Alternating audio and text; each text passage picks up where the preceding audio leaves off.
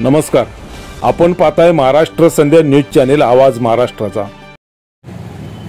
उत्तर मुंबई लोकप्रिय खासदार पूनमताई महाजन यांच्या कार्यकाळामध्ये 2014 सालीपासून लोकांची 157 मध्ये मी सेवा करत आहो आणि लोकांचं कार्य अनेक काही लोकांचे प्रश्न आणि हा संघर्षनगरमध्ये पूनमताईंचा सिंहाचा वाटा आहे। लोकांचा गिरीला असो, मंदिर असो, समाजाचा अडीअडचण असो, सर्वच काम पूनमताईंनी सोडवलेले आहे आणि त्यांच्या माध्यमातून लोकांपर्यंत आम्ही काम करत आहोत आणि त्यांच्या कार्यकाळामध्ये अनेक लोकांचे प्रश्न सोडवण्यात मी यशस्वी ठरलो। मी गोपाळ राठोड एक समाजसेवक, त्यांच्या आशीर्वादाने जे काही लोकांची सेवा मी इकडे घडून काढली आणि यावेळी 157 मध्ये मी महानगरपालिकाचा नगरसेवक लढाईची माझी पूर्ण तयारी आहे। लढणार पण आणि निवडून येणार पण, हे सारी जनताचा विचारधारा आहे।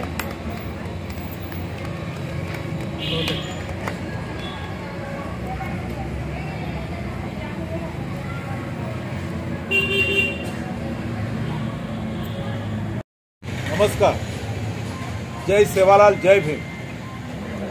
आपण पाहताय महाराष्ट्र संध्या न्यूज चॅनेल आवाज महाराष्ट्राचा। मी चांदवली संघर्ष नगरमध्ये आहे आणि ह्या संघर्ष नगरमध्ये गेली 10-12 वर्ष हे नगर वसल्यानंतर सुरू झाल्यानंतर गोरगरिबांच्या कामाला येणारे, अडीअडचणीचे प्रश्न सोडवणारे, अन्याय अत्याचार विरोधात लढणारे आमचे मित्र गोपाळभाई राठोड आपल्या सोबत आहेत। गोपाळभाई, जय भीम, जय सेवालाल, नमस्कार। जय भीम, जय सेवालाल, नमस्कार। नमस्कार। तर हे आहेत गोपाळभाई राठोड। आज थेट संवादमध्ये आपण त्यांच्याशी चर्चा करणार आहोत। गोपाळभाई हे नगर साधारण आता 12-13 वर्ष झाली या नगरात वेगवेगळ्या ठिकाणावरून लोक आलेले आहेत। या नगरामध्ये लोक सुरुवातीला आले तेव्हा इथे फार मोठ्या समस्या होत्या। काय समस्या होत्या, काय सांगा, तेवढ्याच समस्या सांगा साहेब। असं आहे, हे संघर्षनगर पहिले चांदोली गाव होता, इकडे काहीच नाही होतं। त्या टायमाला SRA प्रोजेक्ट आला आणि 16 क्वारी होते। या प्रोजेक्टामध्ये एक विकास झाला, SRAचा मोठा विकास झाला आणि कांदोली, बोरोली, मुलुंड या विभागामधून जे लोक आले आहे इकडं, आता हे रहिवासी आहे, संघर्षनगरचे रहिवासी आहे। यांना पहिला पाणी नाही होता, रस्ते नाही होते, लाईट नाही होता, रोड नाही होता, इकडं मार्केट नाही होती, काही सुविधा नाही होतं। हे लोकांना राहणारे जे वस्ती आहे, एक गाव समजून राहणं असं झालं होतं। पण आज हा संघर्षनगर खूप चांगला विकासाच्या दौरावर चाललेला आहे। असा विकास चालू आहे आणि संघर्षनगरमध्ये अनेक गोष्टीचं कामं झालेले आहे। लोकांचं मनासारखं संघर्षनगर झालेलं आहे, आता काही राहिलेलं नाही आहे। मला गोपाळभाई तुम्हाला विचारायचं आहे की पूर्वी फार प्रश्नांना, समस्यांना तोंड द्यावं लागत होतं, आता तुम्ही सांगताय की इथे चांगल्या पद्धतीचा विकास झालाय। खरं सांगा की हा विकास कुणाच्या माध्यमातून झालाय, कुणी केलाय,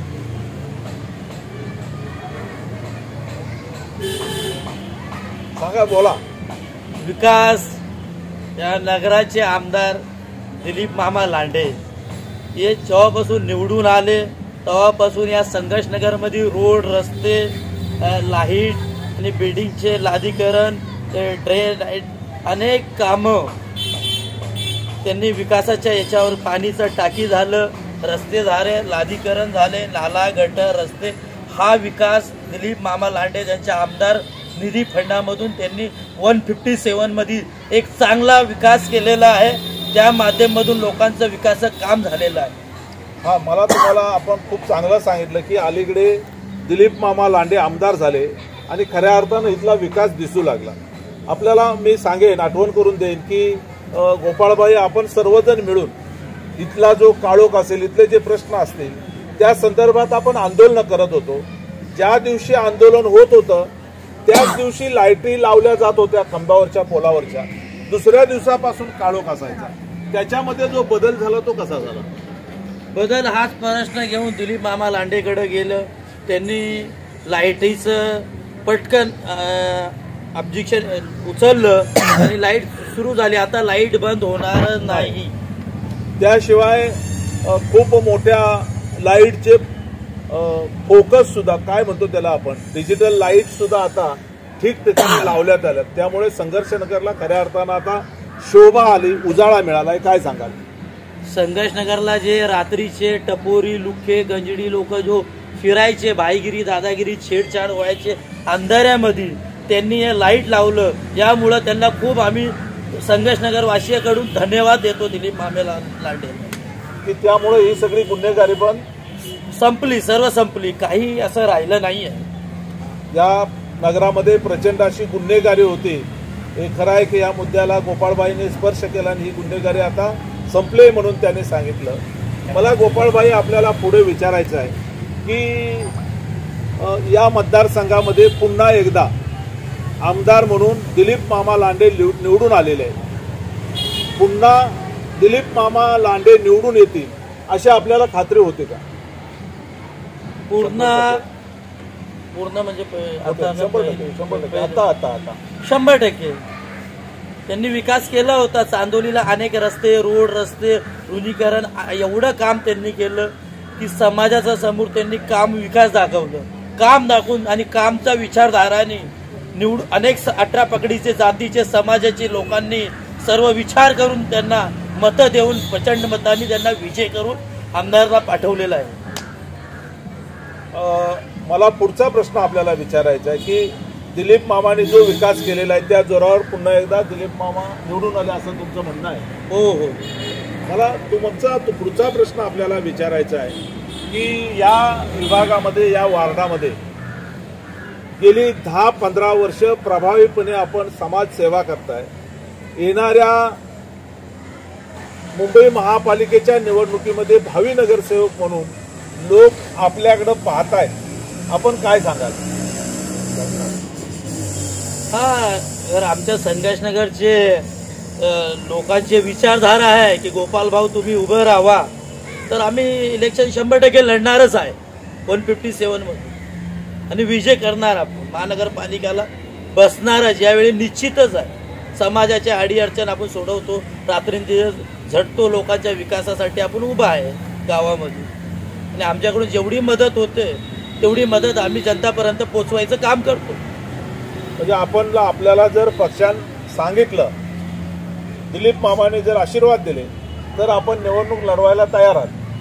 दिलीप मामांनी अगर आशीर्वाद दिले, गोपाल राठोड 157 मधील लढा, आमची पूर्ण तयारी आहे लढाईची आणि निवडून पण यायची तयारी लढायची आणि निवडून येण्याची पण आपली पूर्ण तयारी आहे असं या ठिकाणी गोपाळबाईंनी सांगितलंय.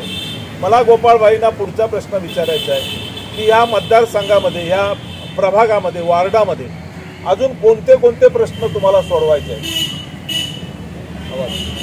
या वार्डामध्ये अनेक लोक आणि शिफ्टिंग बाकी आहे. भरपूर बिल्डिंग पार्टी बनून रेडी आहे आणि या पाठचे जे काही रोडचे काम आहे, छोटे मोठे आणि नाले बिले, गटर बिटर इकडं आणि एक मार्केट वस्ती BMCच्या माध्यमातून या लोकांना बनवून द्यायचं आहे. BMCचं मार्केट बनवून द्यायचं आहे. अजून कोणते, जर तुम्ही नगरसेवक झालात तर कोणकोणते तुम्ही प्रश्न सोडवणार आहात? लोकांना काय आश्वासन द्या? मी नगरसेवक झालो, जेवढे गोरगरिबाचे कामं आहे, 18 पकडी जातीचं समाजाचं कामं आहे, अनेक लोकांची सोय आहे, लोकांचे काम आहे, ते आम्ही फुकट सेवा 5 वर्ष करणार, न काही घेता. लोकांची सेवा फुकट 5 वर्ष करणार असं अभिवचन गोपाळबाई राठोड हे लोकांना देत आहेत. याशिवाय आपण अजून काय सांगा? याशिवाय म्हणजे लोकांचे जे काय आणि कामं राहिलेले आहे ते कामं आपण पूर्ण निश्चित करू. लोकांच्या जेवढं या समाजामध्ये किती काम आणि राहिलंय, छोटे मोठे जे काम आहे, लोकांच्या अडीअडचण आहे, अनेक काही कामं झाले नाही, ते कामं आपण त्यांना करून देऊ. हे 100%. जर या प्रभागामध्ये आपण लढलात तर आपली लढत कुणाशी होईल आणि आपल्याला कुणाची भीती वाटते का की थोडासा आपल्याला ही लढत जड जाईल? नाही नाही नाही, आम्हाला भीती काहीच नाहीये, कुणाशी भीती नाही. तुम्ही लढणार आणि जिंकणार. लढणार आणि जिंकणारच. तर अशा पद्धतीचा आशावाद गोपाळभाई राठोड यांनी या मुलाखतीच्या दरम्यान व्यक्त केलेला आहे. हे गोपाळभाई राठोड यांचं 24 तास उघडं असलेलं ऑफिस आहे आणि या ऑफिसमध्ये दिवसभरात रात्री 11-12 कितीही वाजले तरी लोक त्यांना फोन करतात. पोलीस स्टेशन असो, महापालिका असो, कोणतेही प्रश्न याच उघड्या ऑफिसमधून सातत्यानं गोपाळभाई हे सोडवत असतात. येणाऱ्या काळामध्ये गोपाळभाई निवडणूक कशी लढवतात, त्यांना कशा पद्धतीचा प्रतिसाद मिळतो आणि ते कसे लोकांचे प्रश्न सोडवतात हे पाहणं महत्त्वाचं ठरेल. आपण पाहताय महाराष्ट्र संध्या न्यूज चॅनेल, आवाज महाराष्ट्राचा. महाराष्ट्र संध्या न्यूज चॅनेलला आपण ही थेट संवादमध्ये मुलाखत दिल्याबद्दल गोपाळभाई आपला मनपूर्वक आभार. धन्यवाद. धन्यवाद. जय भीम, जय शिवराय, जय लवजी, जय महाराष्ट्र, जय शेवाला. धन्यवाद गोपाळभाई. तर गोपाळभाईंनी ही सगळी नावं घेतलेली आहेत. आपण पाहताय महाराष्ट्र संध्या न्यूज चॅनेल, आवाज महाराष्ट्राचा. महाराष्ट्र संध्या यूट्यूब न्यूज चॅनलची गोपाळभाईंची मुलाखत आपल्याला कशी वाटली त्याबद्दलच्या आपल्या प्रतिक्रिया कमेंट्स बॉक्समध्ये जरूर कळवा. गोपाळभाईंच्या मुलाखतीचा हा व्हिडिओ आपण जास्तीत जास्त लोकांपर्यंत शेअर करा, लाईक करा, कमेंट्स करा. मनपूर्वक धन्यवाद. नमस्कार. आपण पाहताय महाराष्ट्र संध्या न्यूज चॅनेल, आवाज महाराष्ट्राचा.